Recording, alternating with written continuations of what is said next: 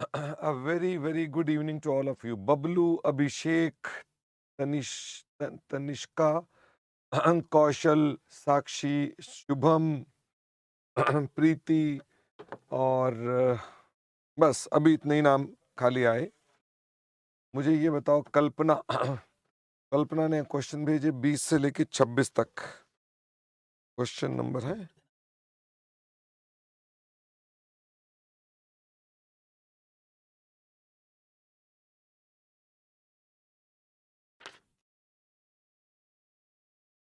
Question number 20। ये तो सीधे ही बैलेंस शीट का क्वेश्चन आ गया। 21। फोन बंद कर दो, फोन को ना एयरप्लेन मोड में डाला करो हमेशा। 22, 23, 24। ये क्वेश्चन हमने क्लास में नहीं किए हुए क्या कल्पना? अच्छा, 136 paragraph.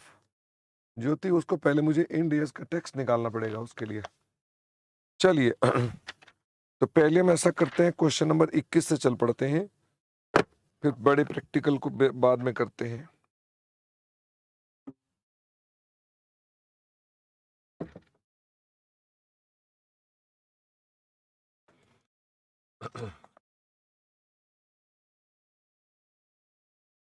An entity manufactures passenger vehicles.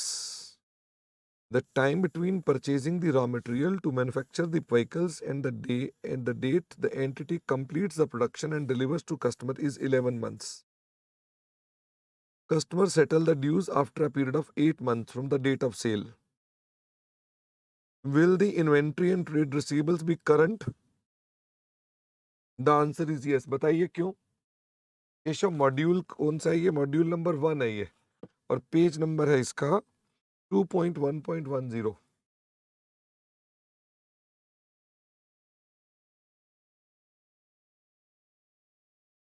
और मॉड्यूल 1 है। तो भाई हमारे पास वैसे इसका ऑपरेटिंग साइकिल कितना है बताओ जरा। इसका ऑपरेटिंग साइकिल कितना हो गया? 19 महीने। तो इन्वेंट्री और trade receivable within operating cycle realise हो जाएंगे। बात खत्म हो गया। मोहित, आपने लिखा 12 महीने, 12 महीने नहीं है बेटा, 19 महीने है ये। 11 और 8 19। तो 19 महीने में ये रियलाइज हो जाएंगे। Therefore these are basically current in nature. Assuming that production time was say 15 months and the time lag between the date of sale and collection is 13 months, will the answer be different? The answer is no. Answer remains same. These are still current.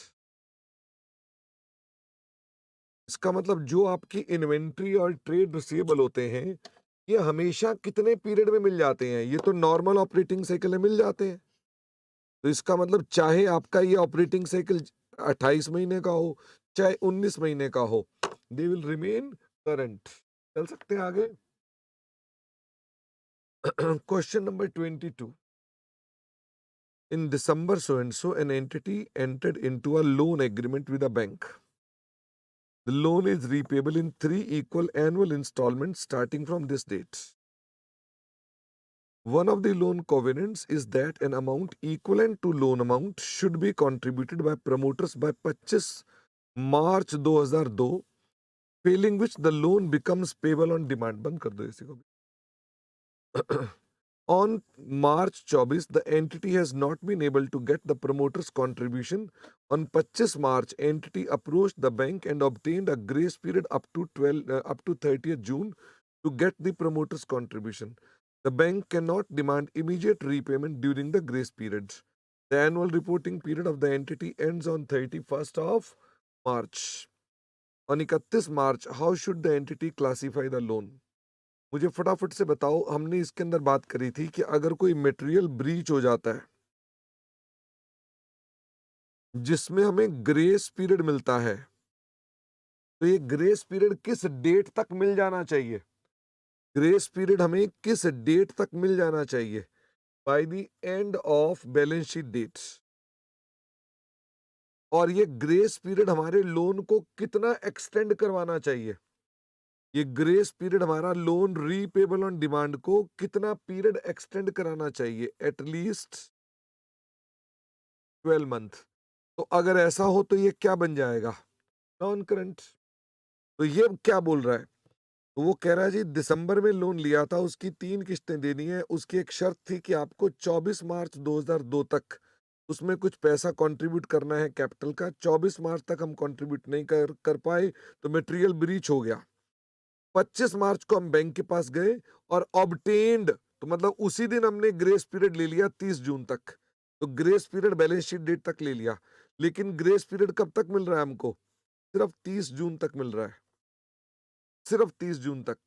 तो बताइए ये loan current है कि non current है? हाँ प्रेरित, गला बैठा है बेटा बहुत ज्यादा। तो ये हमारे पास क्या कहलाएगा? This is my current. Assume that in anticipation that it may not be able to get the promoter contribution by due dates. In February 2002, the entity approached the bank and got the compliance date extended to 30th June for this date.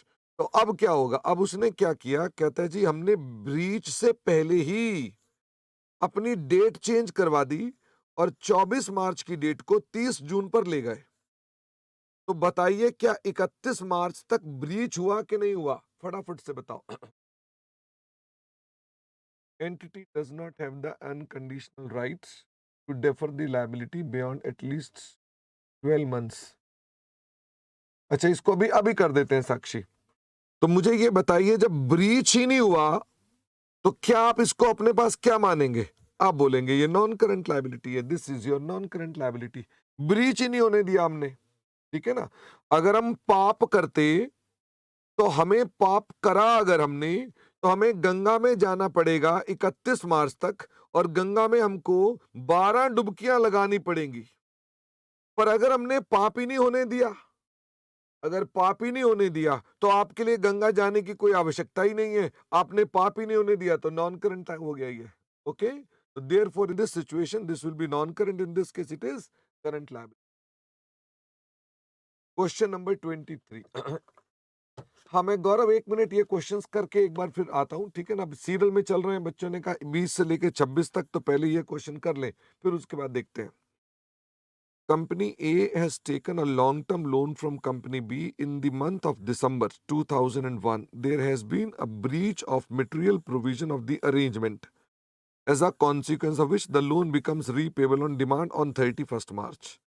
In the month of May, company started negotiation with the company B for not to demand the payment as a consequence of breach. The financial statements were approved for the issue in the month of June.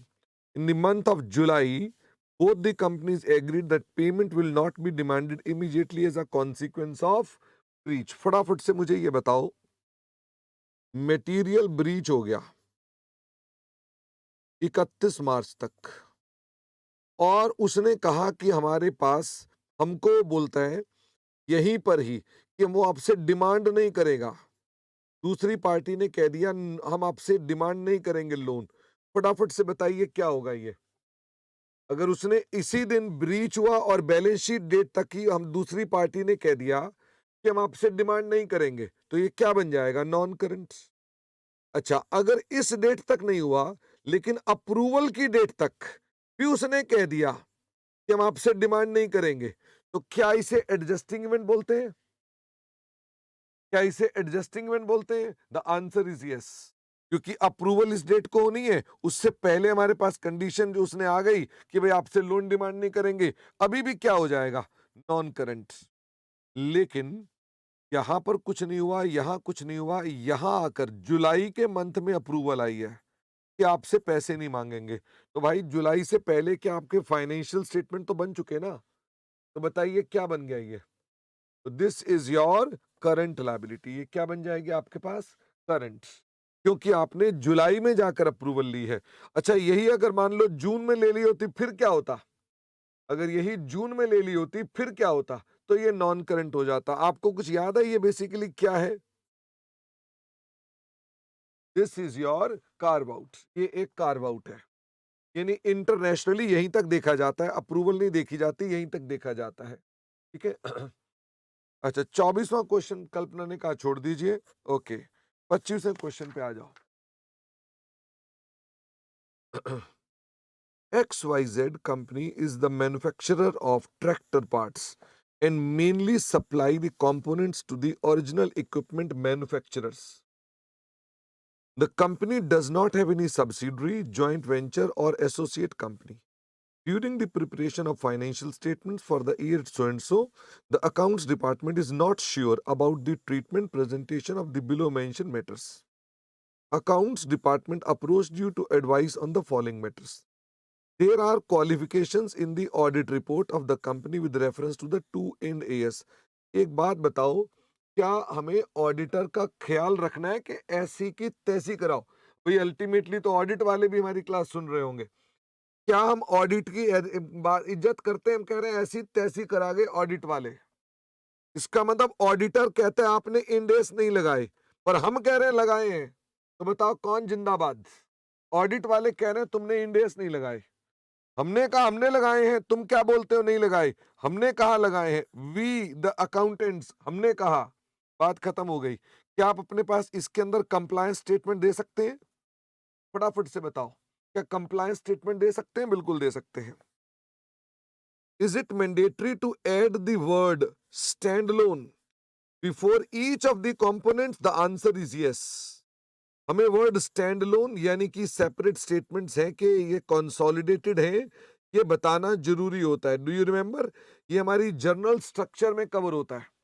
जो आपका general structure है वो देख, अभिषेक कह रहा है उन्होंने no लिखा आंसर में, नो। ये तो बड़ी बुरी बात है। पता क्या लिख रहा है वो? No we need to disclose that there are, मतलब उसने कहा वर्ड स्टैंड अलोन जरूरी नहीं है, कोई और वर्ड लिख सकते हैं। ये क्या मतलब हुआ? हमने तो भावना का आंसर दिया है। बात समझ में आती है? भाई मैंने तो ये पढ़ा, क्या ये स्टैंड अलोन लिखना जरूरी है? हाँ, मतलब स्टैंड अलोन वर्ड पर मैं फोकस नहीं कर रहा, मतलब मैं ये बता रहा हूं क्या फाइनेंशियल स्टेटमेंट में ये आइडेंटिफाई करना जरूरी है कि ये सेपरेट है कि consolidated? The answer is yes. लेकिन उन्होंने इस वर्ड पर फोकस किया है कि स्टैंड अलोन ही लिखना जरूरी है। The answer is no. मतलब कुछ और भी लिख सकते हैं, बात वही है। अब इसका क्या करें? मेरे को तो कई बार लगता है कि इसके अंदर तो भाई बड़ी मुश्किल हो गई कि वो वर्ड की बात कर रहा है और हमने तो उसको इन्फ्लुएंस के हिसाब से दिया है आंसर। ओके, बाकी फिर भी साहब इसका रट्टा लगा लीजिए क्योंकि इंस्टीट्यूट है। जय माता दी। ओके, तो उन्होंने कहा ना कि स्टैंड लोन, तो आप बोलो हाँ हाँ हाँ, नहीं ये वर्ड तो नहीं, कुछ और हो सकता है। Okay, the company is Indian company and preparing and presenting the statements in ये क्या बात हुई? Is it necessary to write in the financial statements that financial statements has to be, ये ना वो होगा करेंसी का सिंबल होगा, ये हमारे टाइपिस्ट की मिस्टेक है। दिस शुड बी रुपीज,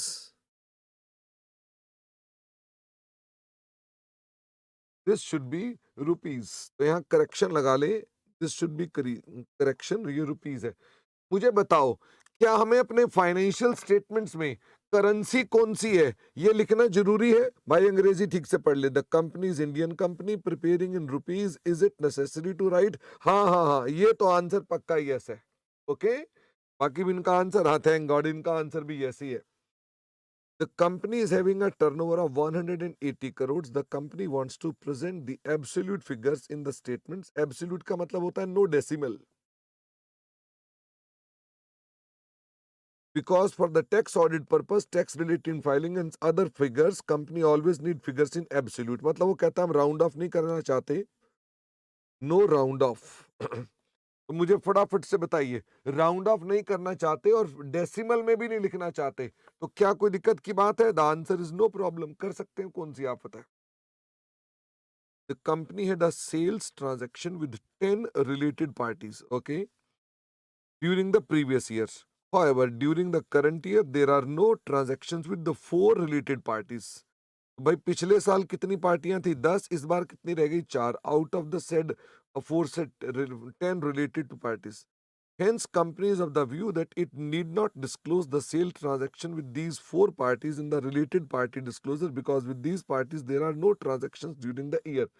मुझे एक बात बताओ, पिछले साल ट्रांजैक्शन थी, इस साल नहीं है, क्या डिस्क्लोजर जरूरी है कि नहीं है? भाई करंट ईयर में फिगर नील है, पिछले साल की फिगर थी, तो क्या डिस्क्लोजर जो दफ्तर में भी करते होगे, तो क्या करोगे अपने पास?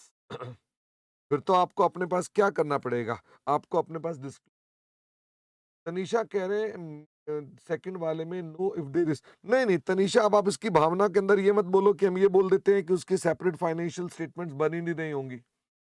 ये तो मुश्किल हो गया ना। आप अपने पास उसके अंदर ऐसे ऐसे इंटरप्रेट करें। भावना ये है हमारे इंड एएस की स्ट्रक्चर एंड कंटेंट के अंदर जनरल रिक्वायरमेंट है कि आपने इसे एयरप्लेन मोड पे क्यों नहीं डालते फोन को? बताओ भाई, ये हमेशा अपना फोन ऑन रखते हैं। ऐसा तुम्हारे को मुकेश अंबानी ने फोन करना है क्या? है, बोलो ना, तुम्हें किस बात की चिंता है? चलो, अब मैंने दो बातें सुना दी हैं, अब वो फोन पक्का ऑफ कर देंगे। तो मैंने कहा वर्ड स्टैंड लोन जरूरी है क्योंकि आपके लिए मैं मानता हूं कि सेपरेट और वो चीज बताई जानी चाहिए। ओके। इसमें ईच कंपोनेंट लिखा है। ईच कंपोनेंट तो मुझे बताना कंपोनेंट कौन कौन से होते हैं। Balance sheet, P and L, सोकी, नोट्स, ये होते हैं। कहता हर एक के आगे क्या लिखना जरूरी है कि सेपरेट है? The answer is yes. मैंने आपको इस पर ना कोई एनुअल रिपोर्ट भी दिखाई होगी प्रोबेबली। दिखाई थी कि नहीं दिखाई थी? भाई ये हमको वर्ड लिखना जरूरी है। दिखाई थी कि नहीं दिखाई थी? नहीं दिखाई थी तो अभी ढूंढू। सब तनीषा कह रहे हैं सर अगर सब्सिडरी ना हो तो, नहीं ना हो तो फिर क्यों डिस्क्लोज करेंगे? लेकिन ये बताओ ये क्वेश्चन पूछने का उद्देश्य क्या होगा? He wants to ask you कि the company has two statements, whether we should write these words. The answer is yes, we should write कि ये सेपरेट है, कंसोलिडेटेड है। This is what I believe. You can have your different opinion, I am not saying कि I am right, but you definitely have your different opinion. मेरे को लगता है कि मैं जो कह रहा हूं वो करेक्ट है। क्वेश्चन नंबर 25 के बाद 26 पे आ जाओ। A company presents financial results for the 3 years, one for the current year and two for the comparative years, internally for the purpose of management information every year, in addition to the general purpose statements. Company presents one for current year, two for internally. अच्छा, ये internally की बात कर रहा है कि हम internally अपने पास ऐसा डेटा बनाते हैं। The aforesaid results are presented without furnishing the related notes. क्या इंटरनली जो चीजें बनाई जाती हैं उसमें नोट्स जरूरी होते हैं? फटाफट से बताओ। जो इंटरनली चीजें बनाते हो क्या उसके लिए नोट्स जरूरी है? मुझे फटाफट से बताओ। इंड एस अप्लाई किस पर होता है? इंड एस अप्लाई किस पर होता है? जनरल पर्पस फाइनेंशियल स्टेटमेंट्स पर अप्लाई होता है। इंटरनल पर अप्लाई ही नहीं होता, जो मर्जी करो।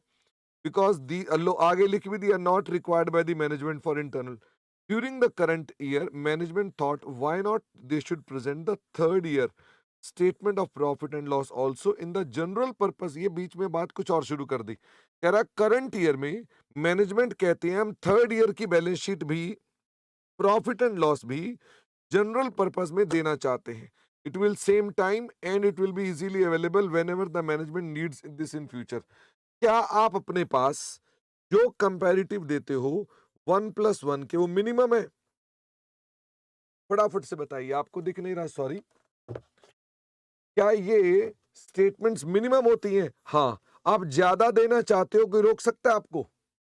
आप ज्यादा स्टेटमेंट दो, बस एक कंडीशन ध्यान रखना, जो दोगे वो क्या होनी चाहिए? इंडियस पर। भाई आप एक बात बताओ, तुम रेस्टोरेंट में गए, ठीक है, और तुम वेजिटेरियन आदमी हो, ठीक है, और तुम्हारा बफे लगा हुआ है।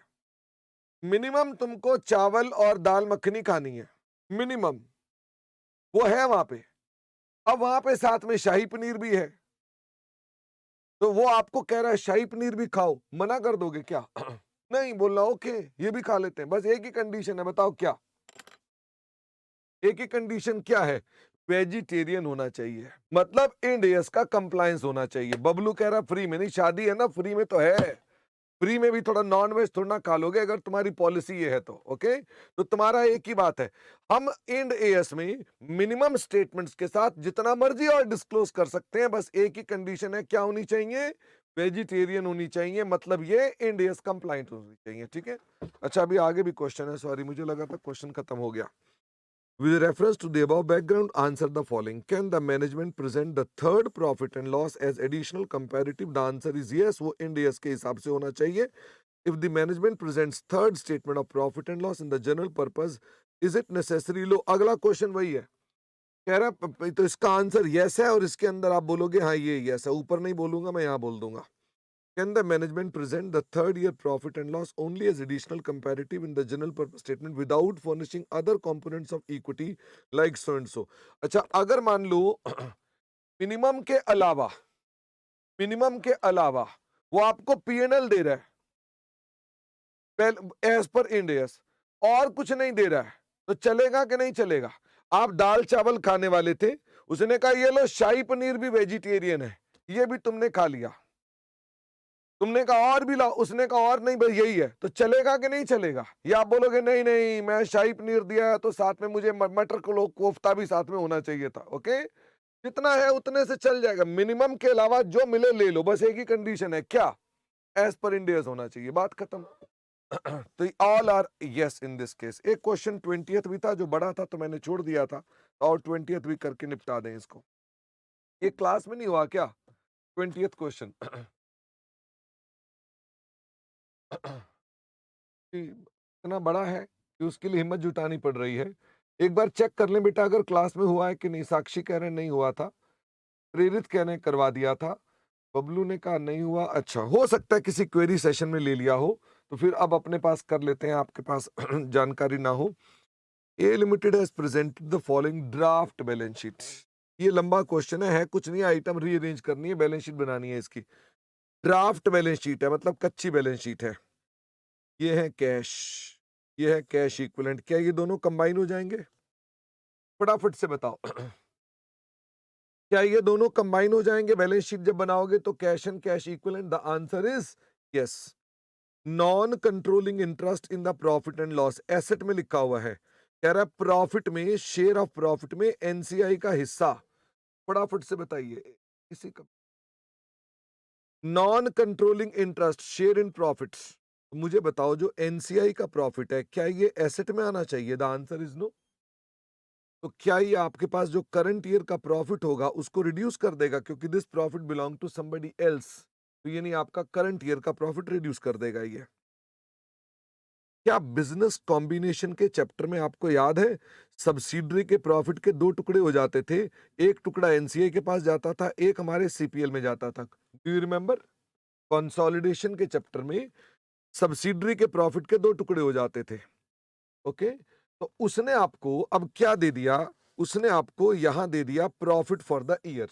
लास्ट में देखो उसने क्या दे दिया, profit of the year. 100% profit दे दिया उसने, ये उसने क्रेडिट में दे दिया, और उसके अंदर उसने डेबिट में डाल दिया एनसीआई का शेयर।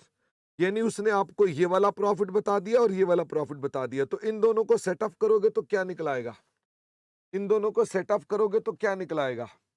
ये आपका प्रॉफिट एंड लॉस निकल आएगा। This is your profit. Okay, dividend declared, बताओ ये कहां जाएगा? This will go to your retained earnings में माइनस हो जाएगा, क्योंकि आपका डिविडेंड है तो अल्टीमेटली रिटेन्ड अर्निंग में कम हो जाएगा। थोड़ा जूम आउट करता हूं। अकाउंट रिसीवेबल, ट्रेड रिसीवेबल है, इन्वेंट्री इन्वेंट्री है, inventory at fair value less cost to sell. अच्छा, ये सारे एसेट्स हैं। इन्वेंट्री को दो भागों में बांट के दिखा रखा है, तो मुझे बताओ अल्टीमेटली तो इन्वेंट्री एक ही हो गई ना आपके पास, बैलेंस शीट में तो इन्वेंट्री एक ही जानी है।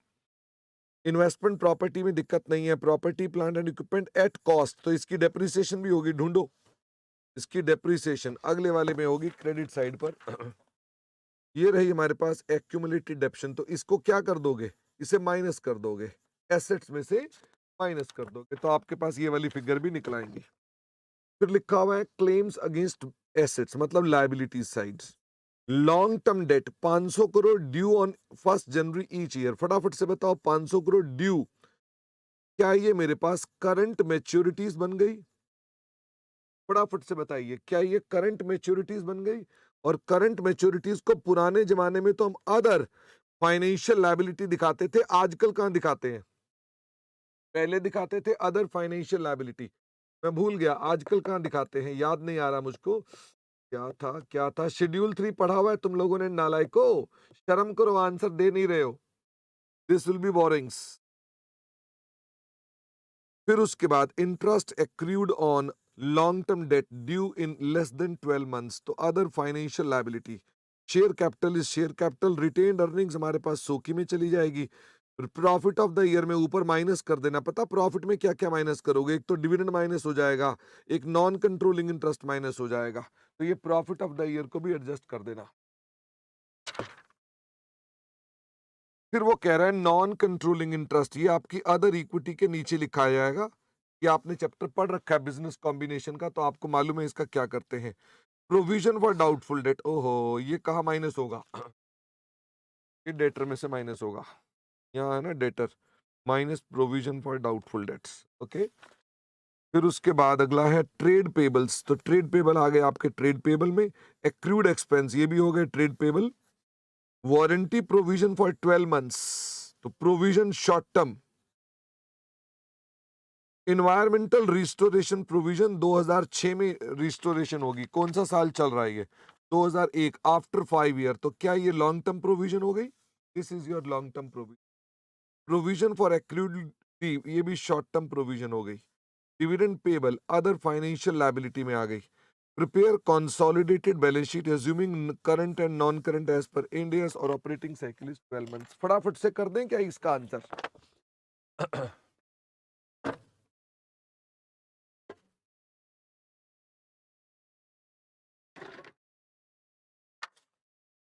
This is your question number, solution number 20।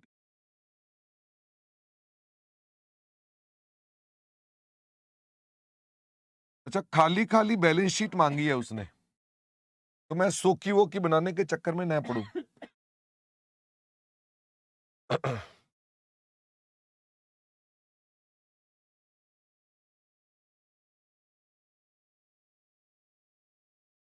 सबसे पहले मुझे बताओ, पहली आइटम बैलेंस शीट में नॉन करंट क्लासिफिकेशन शेड्यूल 3 में क्या होती है? पीपीई।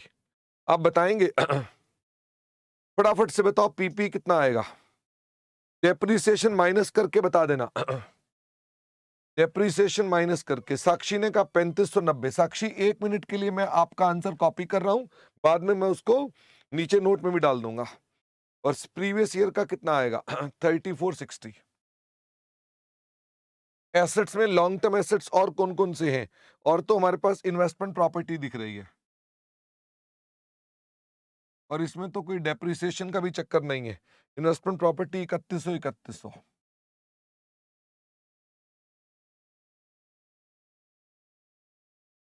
करंट एसेट्स पर आ जाओ। करंट एसेट्स में कौन कौन है? एक तो कैश दिया हुआ है, एक अकाउंट्स रिसीवेबल है, एक इन्वेंट्री है। पहले क्या आएगी? इन्वेंट्री। उसने 2 आइटम दे रखे हैं, जोड़ के बताना। इन्वेंट्री कितनी कितनी आ जाएगी? इन्वेंट्री आएगी 1680, और दूसरी आएगी 1780। फिर आ गया ट्रेड रिसीवेबल्स। इसमें प्रोविजन फॉर डाउटफुल डेट भी है, माइनस करके बताना। तो provision for doubtful debt minus करके बता दीजिए कितना आ गया? 2100, 2100 और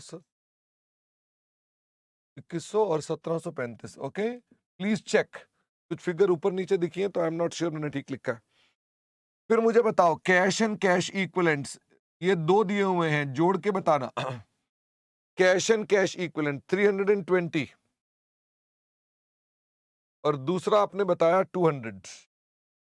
मेरे ख्याल से इधर के एसेट्स तो हो गए, क्रेडिट साइड पर तो कोई एसेट का चक्कर नहीं था ना? क्रेडिट साइड पर कोई एसेट का चक्कर नहीं है। फिर आ गई मेरे पास इसका टोटल इक्विटी, शेयर कैपिटल। इसमें कोई ज्यादा प्रॉब्लम नहीं होनी चाहिए। शेयर कैपिटल में, शेयर कैपिटल का अमाउंट कितना है? 1130, 1050। अदर इक्विटी, अदर इक्विटी में सावधानी से निकालना पड़ेगा। तो अदर इक्विटी के लिए मैं आपको नोट पहले ही बनवा देता हूं, ठीक है?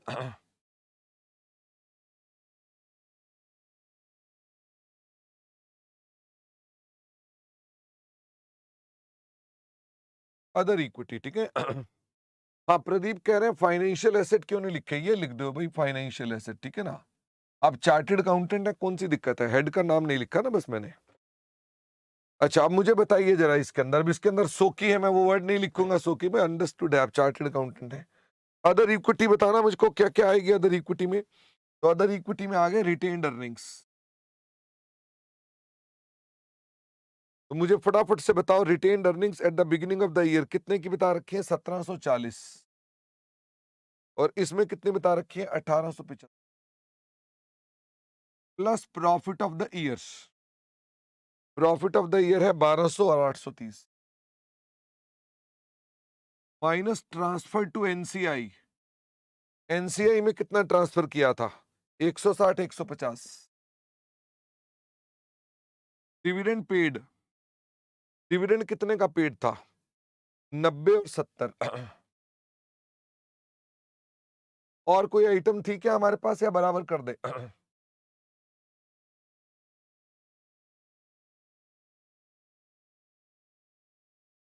2325, 2350 और ये अमाउंट आ गया 2825। ये फिगर इससे मैच करानी चाहिए थी इसको, बट मैच नहीं करवाई इसने। ओके भाई, अल्टीमेटली जो इसका क्लोजिंग बैलेंस है अगले में ओपनिंग में आना चाहिए था, बट उसने मैच नहीं करवाई इसके साथ। तो कोई दिक्कत नहीं है। अब उसने कौन सा क्वेश्चन इतना सोच के बनाया हुआ है? 2825 और 2350। और मुझे बताइए कि यहां तक पहुंच गए तो कहां पहुंच गए? ये भी हो गई, ये भी हो गई, ये होगी। लॉन्ग टर्म लोन को एक्रूड इंटरेस्ट को बाद में लिखते हैं नॉन कंट्रोलिंग इंटरेस्ट। तो नॉन कंट्रोलिंग इंटरेस्ट 830, 540। एक्यूमुलेटेड डेप्शन हो गई है, प्रोविजन फॉर डाउटफुल डेट हो गई है। प्रोविजंस को बाद में लिखेंगे, डिविडेंड पेबल को बाद में लिखेंगे। अब मुझे बताइए अगली आइटम कौन सी आती है? नॉन करंट लायबिलिटी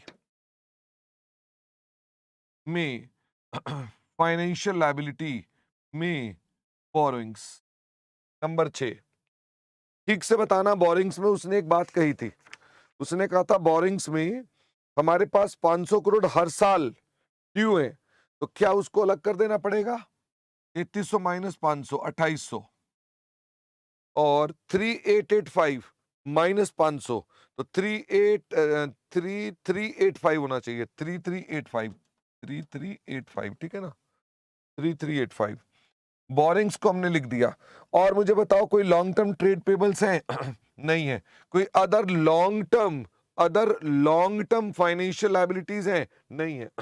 तो फाइनेंशियल लायबिलिटी खत्म हो गई। Long term provisions, financial liability खत्म हो गई। लॉन्ग टर्म प्रोविजन में कौन सी प्रोविजन लॉन्ग टर्म है? एक प्रोविजन लॉन्ग टर्म थी, वो पता कौन सी थी? 765 और 640। 765 और 640। नॉन करंट के बाद करंट लायबिलिटी स्टार्ट हो गई। करंट लायबिलिटी में फाइनेंशियल लायबिलिटी, क्या इसमें बोरिंग्स आएंगी? हाँ। क्या ऊपर वाले 500 टपक के नीचे आ जाएंगे?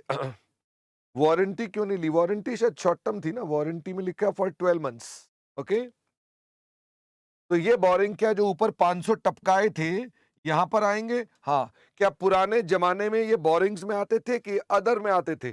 पहले अदर में आते थे, बट शेड्यूल 3 अमेंड हो गया हमारे पास, इसलिए हम इसको अपने पास ऐसे लिखते हैं। ट्रेड पेबल ट्रेड पेबल में दो आइटम थी, दोनों को जोड़ना पड़ेगा। एक तो है हमारे पास ट्रेड पेबल और एक्रूड एक्सपेंसेस 880 895 शायद, चेक कर लेना। और दूसरे के अंदर हो जाएगा 790 820 820। Other financial liabilities, other financial liabilities में कौन आ गया? एक तो ट्रेड पे डिविडेंड पेबल दिख रहा है मुझको, एक तो है डिविडेंड पेबल, और इसके अलावा एक इंटरेस्ट एक्रूड भी दिख रहा है मुझको। तो मुझे फटाफट से बताओ दोनों को जोड़ के। 260 एक है और 150 एक है, 410। और दूसरा वाला बताओ कितना है? दूसरा वाला बताओ। एक इंटरेस्ट है और एक डिविडेंड पेबल है, तो आप जो फिगर बता रहे हैं मैं कॉपी कर रहा हूं खाली। 520। इसके अलावा हमारे पास शॉर्ट टर्म प्रोविजंस भी हैं। शॉर्ट टर्म प्रोविजन दो थी, एक तो वारंटी की थी, एक कोई और भी थी। एक एक्रूड लीव की भी थी और एक शॉर्ट टर्म थी, और मेरे ख्याल से तो कोई आइटम थी ही नहीं हमारे पास। टोटल करके बताना कितनी कितनी आती है। शॉर्ट टर्म 635 और 470। क्या हमें इसके नोट्स भी बनाने पड़ेंगे? The answer is yes. चलिए फटाफट से अब नोट्स बना दो एक बार, कि जो हमने चीजें लिखी हैं बाद में आपको दिक्कत ना आए कि मैंने कैसे लिखा। PPE minus accumulated depreciation, this is 3590 and 3460। Figure भरवा दो फटाफट से जरा। ठीक है, मतलब आप, मैं आलस करूंगा तो तुम तो पक्का आलस करोगे। तो ये आ गया 5200, 5200 एंड दिस इज 4700 और एक्यूमुलेटेड डेप्शन आपको उसने दी हुई है 1610 1240, 1610 1240। In the mean time balance sheet total लगा देना, ठीक है। नोट नंबर 2 इन्वेंट्री का था। इन्वेंट्री 2 थी, एट कॉस्ट भी थी और एट एनआरवी भी थी। तो कितनी कितनी थी? 1500, 180, 1680, 1780, 1650, 130। नोट नंबर 3, नोट नंबर 3 है ट्रेड रिसीवेबल्स का। तो इसके अंदर माइनस कर देना आपने प्रोविजन फॉर डाउटफुल डेट्स,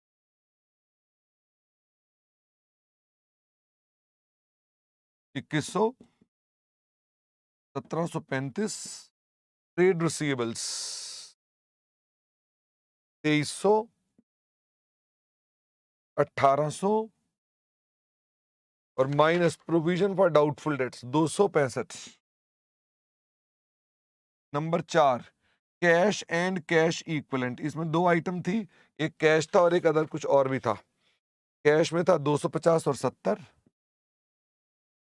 ये कैश है, ये अदर है 320 और 200, 170 और 30। 5 नंबर नोट मैंने बना दिया है। छठा नंबर है बोरोइंग्स माइनस करंट मैच्योरिटीज। तो कितने कितनी है? 3300, 3885 माइनस 500 माइनस 500, ये हो गया 2800, 3385। Note number 7 current मैच्योरिटीज 500 500। Note number 8 trade payable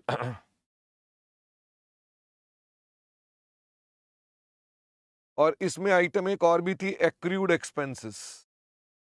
तो अमाउंट टोटल आ रहा है आपके पास 895 और 820। तो अमाउंट अलग अलग बता दे कितना कितना आता है ये ट्रेड पेबल अगले पेज पे था शायद, 880, 790 और एक्सपेंसेस का है 15 और 30। 9 नंबर किसका है? Other financial liability. Other financial liability में कौन सी आइटम हमारे पास आई थी? अदर फाइनेंशियल लायबिलिटी में मेरे पास था एक्रूड इंटरेस्ट। कितने का था? 260। कोई और भी है क्या अदर फाइनेंशियल लायबिलिटी? अच्छा, एक डिविडेंड पेबल भी है। डिविडेंड पेबल कितने का था? 150। टोटल उससे मैच करा दो, टोटल हो गया 410। डिविडेंड पेबल है 230 और एक्रूड इंटरेस्ट पिछले पेज पर है, पिछले पेज पर एक्रूड इंटरेस्ट है 290। 400 नहीं, 520 होना चाहिए, 520।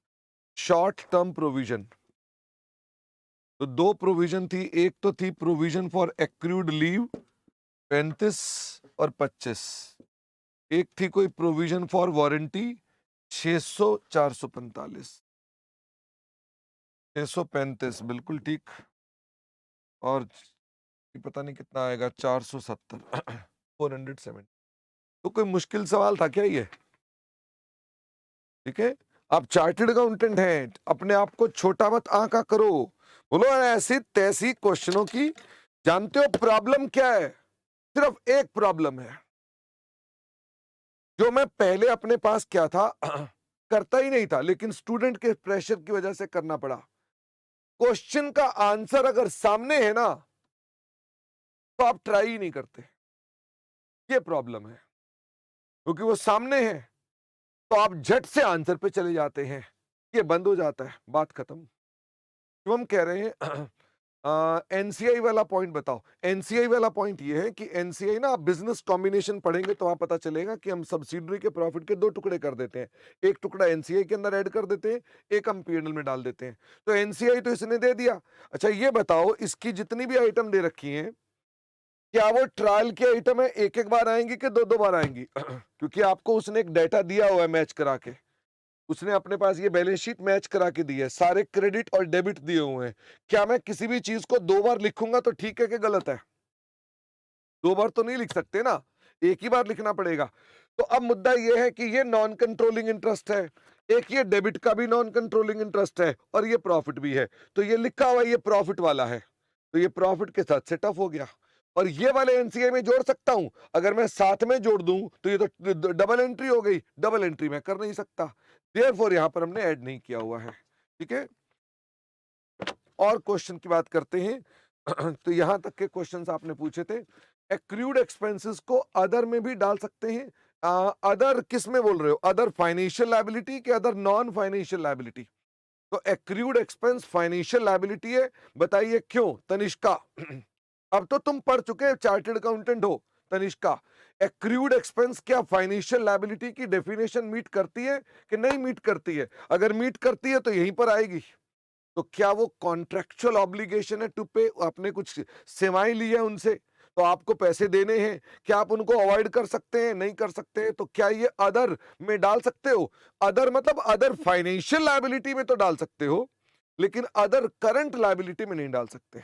अब बारी आ गई कि एक्रूड एक्सपेंस अगर ट्रेड के हैं तो ट्रेड पेबल में आएंगे, अगर ये ट्रेड के नहीं है जैसे ब्याज, तो कहां जाएगा? अदर में जाएगा। I hope you have understood the point कि वो हमारे पास अदर करंट लायबिलिटी में नहीं जा सकता, जाएगा फाइनेंशियल में ही। धंधे का है तो कहां जाएगा? ट्रेड में। गैर धंधे का है तो कहां जाएगा? अदर में। जैसे डिविडेंड पेबल, क्या ये ट्रेड पेबल में आएगा? नहीं, ये अदर में आ जाएगा। ओके, ज्योति कह रहे हैं अगर ये एक्रूड इनकम है तो ये लायबिलिटी में आएगा कि एसेट में आएगा? फटाफट से बताओ, मेरे सामने बैठा भारत का भविष्य। एक्रूड इनकम है तो ये क्या है? ये मेरा फाइनेंशियल एसेट है। ओके, बाई चांस आपने फाइनेंशियल एसेट पे चर्चा भी पूरी नहीं पढ़ रखी है तो इसके आगे की चर्चा मैं नहीं कर रहा हूं। ठीक है, बाकी वैसे अदरवाइज वो फाइनेंशियल एसेट के अंदर आएगा। अगर हम एक एफडी में इन्वेस्टमेंट की, बैंक 31 मार्च को इंटरेस्ट एक्रू कर दिया, पर बैंक ने नेक्स्ट ईयर में आया और एआईएस में उसने इस ईयर में चढ़ा दिया, बैंक ने इसको एडजस्टिंग में मान के रिकॉर्ड करना पड़ेगा। ज्योति, ये आपका दफ्तर का मुद्दा है कि बैंक वाले हमारे एआईएस के अंदर इंटरेस्ट एक्रूड लगा देते हैं, तो क्या ये गलत करते हैं कि ठीक करते हैं? वो बिल्कुल ठीक करते हैं। आपको ऐसा ही करना पड़ेगा, आपको उसका टैक्स का, टीडीएस का डिडक्शन भी मिलेगी और आप उसके अंदर अपने पास उसको एक्रूड इनकम को इनकम में भी दिखाओगे। ठीक है, तो आपने जो आपके सीए साहब आपको कह रहे हैं ना कि एक्रूड इनकम को ले लो तो बुक कर लो, क्योंकि टीडीएस का बेनिफिट लेना है आपने, वरना आपको टीडीएस को फिर अगले साल डेफर करना पड़ेगा, बिना बात की समस्या है वो। ओके, तनिष्का कह रहे हैं एक्स्ट्रा ऑर्डिनरी और एक्सेप्शनल आइटम्स कौन सी हैं? तो एक्स्ट्रा ऑर्डिनरी आइटम्स वैसे प्रैक्टिकली कोई भी नहीं होती हैं। इंड एएस के अंदर there is no item which is called extraordinary, only there is exceptional item. Ind AS 1 में एक लिस्ट दी हुई है जो कि एक्सेप्शनल आइटम की लिस्ट नहीं है, तो हम उसे एक्सेप्शनल आइटम बोल देते हैं। बताएंगे वो कौन कौन सी आइटम्स है? It starts with decline in the value of inventory, litigation settlement expenses, reversal of provisions, impairment of assets, etcetera etcetera. तो एक लिस्ट मैंने आपको दी होगी, these are called exceptional item. बाकी रियल में इंडस्ट्री उस लिस्ट को फॉलो नहीं करती है। रियल में मैंने जो देखी है एक्सेप्शनल आइटम वो कौन सी होती हैं? जैसे कि कोई रेट्रो टैक्स लगा दिया सरकार ने, उस तरह की आ जाती है, या कोई जजमेंट्स आ जाती है जो भारी भरकम को नुकसान या फायदा पहुंचाती हैं, वो हम आजकल दिखाते हैं। ओके, बट स्टिल उस लिस्ट के हिसाब से चलें तो इंड एएस 1 में एक लिस्ट है, उसको फॉलो करते हैं। तनीषा कह रहे हैं वो लिस्ट हमें नहीं मिली। लिस्ट आपको नहीं मिली का मतलब क्या? वो लिस्ट हमारे इंड एएस में है, और वो इंड एएस की जो लिस्ट होगी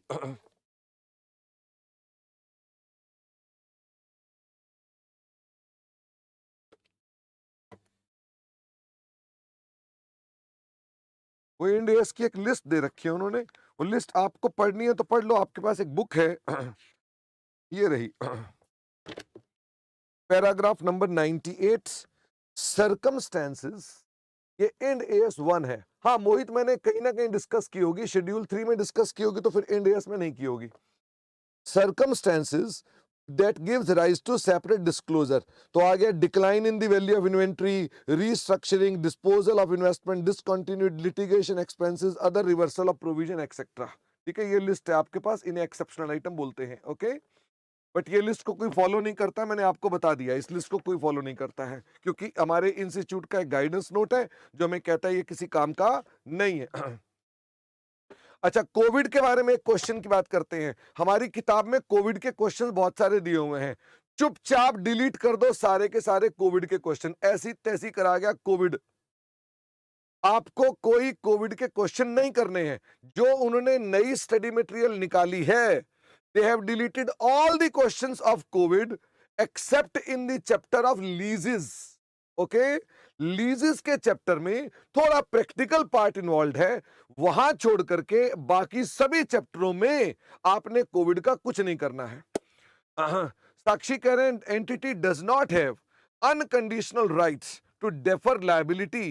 देखो क्या होता है, अगर मैं किसी लायबिलिटी को बिना किसी दबाव के डेफर कर सकता हूं बियॉन्ड 12 मंथ्स, तो इसका मतलब वो नॉन करंट है, और मैं नहीं कर सकता हूं तो वो करंट है। साक्षी ऐसा करो, मुझे 1 लाख रुपए देकर देखो, तो आप मुझे 1 लाख दे दीजिए, और आपने कहा शर्मा जी हमारे पैसे आप वापस कर देना इस डेट को। मैंने कहा हाँ बिल्कुल, बट मेरे को एक राइट चाहिए कि मैं अपनी चॉइस पर आपका पैसा ना देना चाहूं तो मैं 1 साल तक डेफर कर सकता हूं। आपने कहा ठीक है शर्मा जी कोई बात नहीं, तो इसका मतलब मेरे पास एक अनकंडीशनल राइट है to defer the liability beyond 12 months, that makes this liability non current.